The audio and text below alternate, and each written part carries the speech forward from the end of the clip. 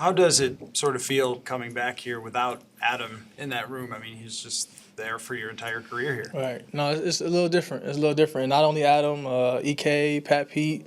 I mean, last year it was AB. Like some of the guys, Dalvin is in the building right now. It was been a little different. I was talking to Harry today. I'm like, how do you even do it? I mean, like the guys that you came in with, like almost like nobody's here right now. So I mean, that's the NFL. But definitely a little different without AT in the room. So I actually just talked to him on FaceTime. So he's our guy. That's my brother. So I'll talk to him a lot still. You mentioned Dalvin. What's it like not knowing his immediate future in the building as you guys are all here? Right. Like I said, I mean, what I've learned, that's the NFL. He's going through, whatever his situation is, and, he's handling it, the best that he can, his team and stuff like that. So, I just leave that stuff for the people upstairs. I'm sure it'll get figured out. How good does it feel to be really one of the top two receivers on this when you really worked your way up and stuck with it, and they stuck with you, and then last year, how does it feel right now for you entering this season? It's at the end of the day, I'm blessed. I woke up this morning. If I'm being honest with you, I was almost like emotional. I'm going on year 4. I was a 5th round pick. Like a lot of people didn't think I was even gonna get drafted or run for 4. Or, it was all types of stuff. And I'm like waking up this morning. I'm like, wow. Like they say time flies, but I'm going on year 4. And, people didn't expect me to be here, and I still have a lot left in my young career. But it did feel good. You know what I'm saying? Like that people believed in me. Going all the way back to the regime before, and then this new staff, and being stepping into a leadership role more throughout the team and things like that. So I can't say it feels good. I work really hard, and I put a lot of time and effort into what I do in my craft, and trying to be a leader and an example to the young guys that are here, outside the building, back in my hometown, at the U, at Buffalo, all types of things, and I kind of dedicate my life to that. So, it does feel good, and I kind of took a moment to breathe this morning and, understand that I'm blessed to be able to come in this building and be able to talk to you guys and talk to my teammates and, live my dream. Was it hard to stay patient, KJ, when you're playing in front of being talented guys, but you also want your shot? Right. I can't say it can get frustrating. Like I said, I work really hard, but at the same time, this is a team game, and we have, especially last year, we have so many weapons. It's only one ball that can go around. But it's a team game. We won the division. We didn't get as far as the playoffs that we wanted to, but what I'm saying, like, you gotta do your 111. You gotta do your job, and that's how it's been my whole career. I mean, if you ask my dad, starting Little League, I wasn't the starting running back. I was second string, and then I go into Buffalo, and I'm redshirted, and I'm like, what the heck? And then there's a game I'm the third string slot and the third punt returner, and both of our slots and both of our punt returners get hurt in the same game, and then I was up and I went on. So this has kind of been my career. That's been my path. Kind of wait my turn, grind it out. But I think like he asked me, that gives me a sense of appreciation. When I do get in these roles, that I'm excited about this new role and things like that. So those things that I needed. So do you look at this as your turn now that Adam's moved on and that spot would seem to be open?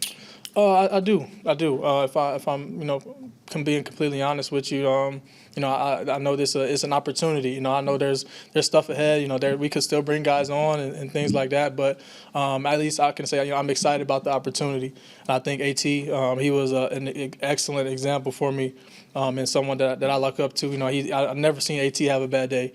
And in college, I was more in a leadership role always. Especially at Buffalo, and then for sure at Miami, it was a young group. So my first 3 years here, I wasn't really a leader on the team or in the organization. I was learning, and a lot of those things that I learned was from Adam. Like I said, I've never seen him had a bad day, and sometimes as a leader, you can't really show a bunch of emotion because you got young guys like me, looking up to him and how he's carrying himself and his attitude, whether he liked the situation or not. And I think he did a really good job, being an example for me. So I'm excited about the opportunity. What about the opportunity of playing with Justin? Just knowing what defenses tend to do with him and how that affects everybody else. Right. I mean, that's always fun. Playing with JJ. Our relationship has just continuously grown. Ever since we started training from the combine together. Hanging out. All the time. This off season training together. Just hanging out. So I'm really excited to be able to play alongside him. I know he get a lot of pressure. So try to take some of that pressure off him. We got TJ and all these other guys. In this offense that can help him. Do the things that he does and continue to make him special. So again, I'm excited about the opportunity. Who else have you been training with? I mean, I trained with a bunch of guys. I was the beginning of my off season. I was in Texas at Collective, and I trained with a bunch of guys. I mean, I can go down the list, but JJ was one of the main guys that I trained with after when I went to Miami. That was one of the main guys that I trained with.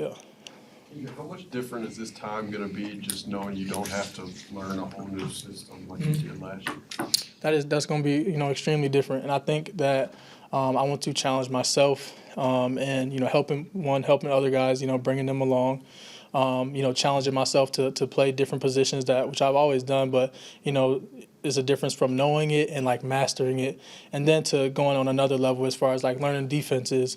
And not that I don't know them now, but just like more intense. Like if you ever heard Cooper Kupp talk, like it's like, whoa, that guy is smart. Like he could be in the quarterback room. Like I want to try to push myself to be on that level. I mean, we were even talking today, and I'm just asking a bunch of questions. There's always more to learn. I'm in year 4. I mean, some of these guys have been doing it for so long. So that's the things that I want to challenge myself to really be a pro and to master my craft.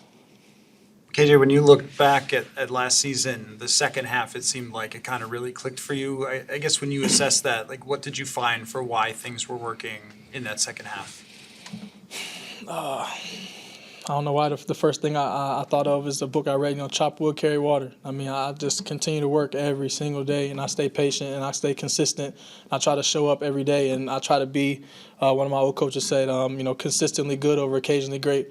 And like I said, there's only one ball that can go around to everybody, but I just can try to do my job, and the plays will come. And KO told me when he first got here, and he said, there'll be a game where you may have 2 catches and 15 yards, and then there'll be a couple outliers like the Colts game and the Bears game where I have 157 yards or whatever. It's just like we on offense we can't dictate what the defense does or where Kirk needs to throw the ball and things like that. So, I just try to do my job, stay patient, and, my time came. And, at the end of the season, I found a rhythm there, and that's just the way that the defense was giving us and things like that. And, I was having some success. So, I think my goal is to, start that earlier, But at the same time, again, like at the position that I play, I can only do my job. It's 11 guys out there. But at the end of the day, as long as I'm doing, impacting the game so that we can win, it doesn't, all that stat stuff don't really matter. I just want to win. Have you had any follow-up with the man in Texas that since you talked to us last? Right. So his name is Nelson. It was crazy after I figured out that he's like a TV star on the challenge. I don't watch that, but it was like crazy that I figured that out. But he just finished another surgery about 2 days ago. He was in the hospital, and then I think he had got like released. He was released or to like a lesser. Intense care, and then he had to go back. So he had some little complications with just like covering up skin and things like that. Like it was a pretty tough crash. So I talked to him maybe 2 days ago, going through some surgeries, but he's in good spirits. He's a strong guy. But I said he's in good spirits. I tell him I'm praying for him. I got my family praying for him and things like that.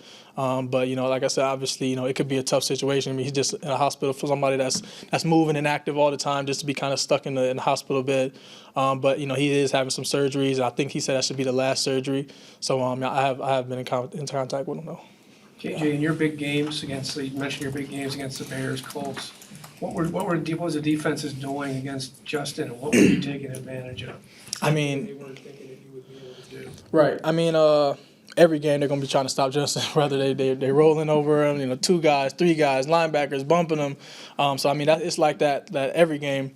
But I think just in those Colts games, I think when JJ had went out, I think Gilmore had hit him I think he ran a choice route, and Gilmore had hit him. That's when he threw his helmet and stuff like that. Like after that, it was like I moved into JJ's position. I was the X.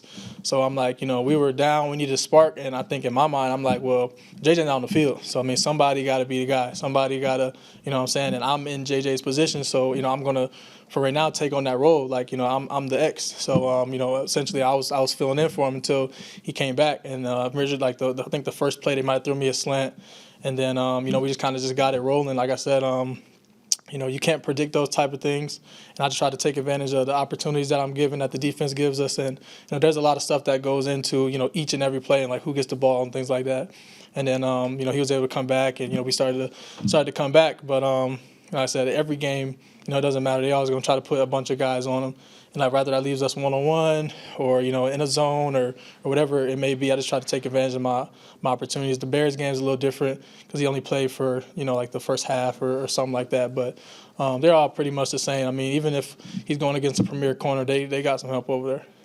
KJ, you've talked for a few years about those off-season training sessions with your peers around the league. What about those has been so instrumental for you and your growth?